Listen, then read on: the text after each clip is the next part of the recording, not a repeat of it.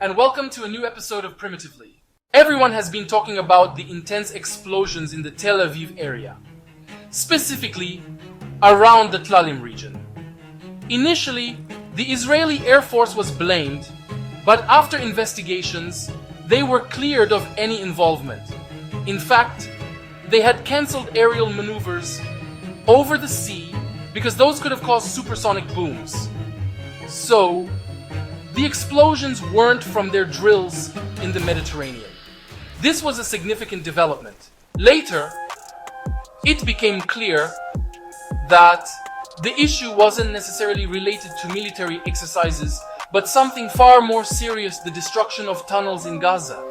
Despite the ceasefire, tunnels in Gaza are still being destroyed daily. Multiple tunnels are being blown up every day. This is now the method being used by the Israelis, and importantly with American backing. Today, Gaza has seen a shift.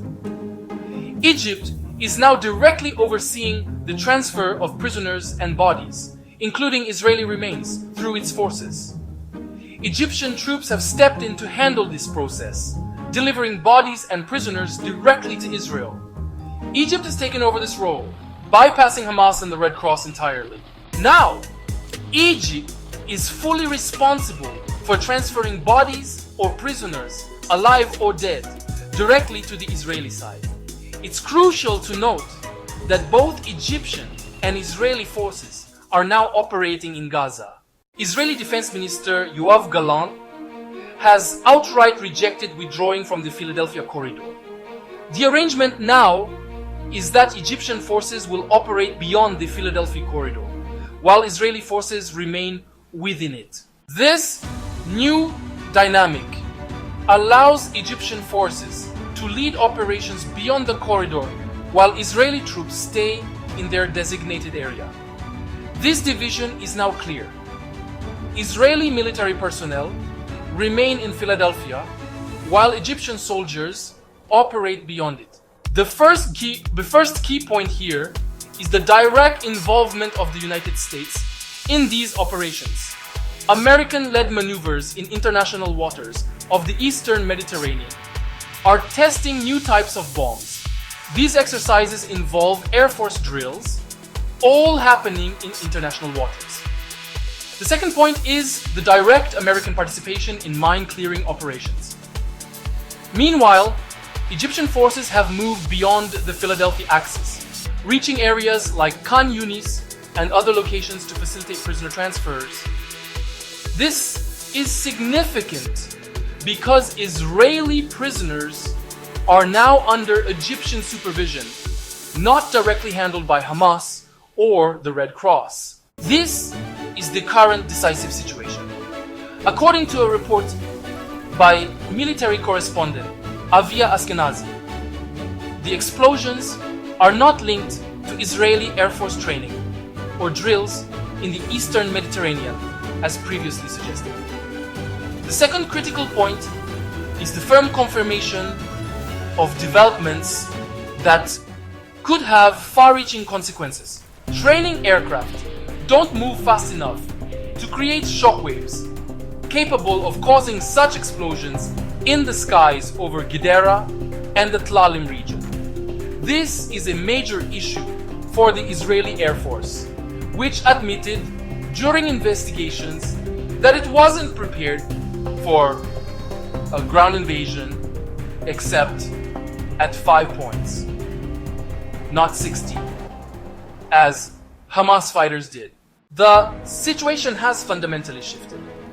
What remains highly delicate is the American and Egyptian involvement in Gaza, particularly regarding prisoner oversight and transfers.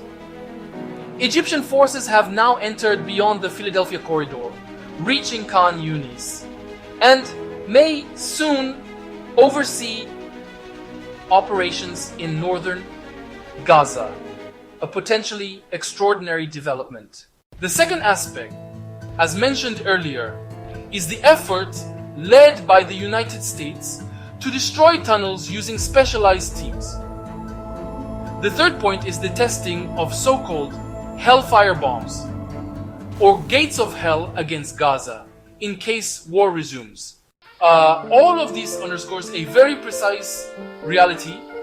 The triad overseeing the Camp David Accords, the United States, Israeli, and Egyptian forces, are now present across Gaza, whether in the north or south, supervising tunnel operations via the Americans or prisoner transfers via Egypt. The situation is incredibly complex. There are multiple layers to these explosions. Some are supersonic booms from waves over the sea, heading toward Gedera.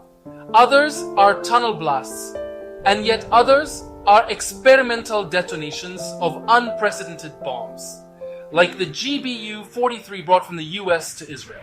There's an ongoing effort to normalize cooperation between Israeli, Egyptian, and American forces who are managing the situation in Gaza in one way or another.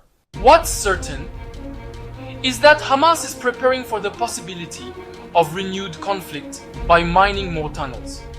While neither Hamas nor the civilian population wants war, if forced into it, they're readying themselves with additional tunnel defenses.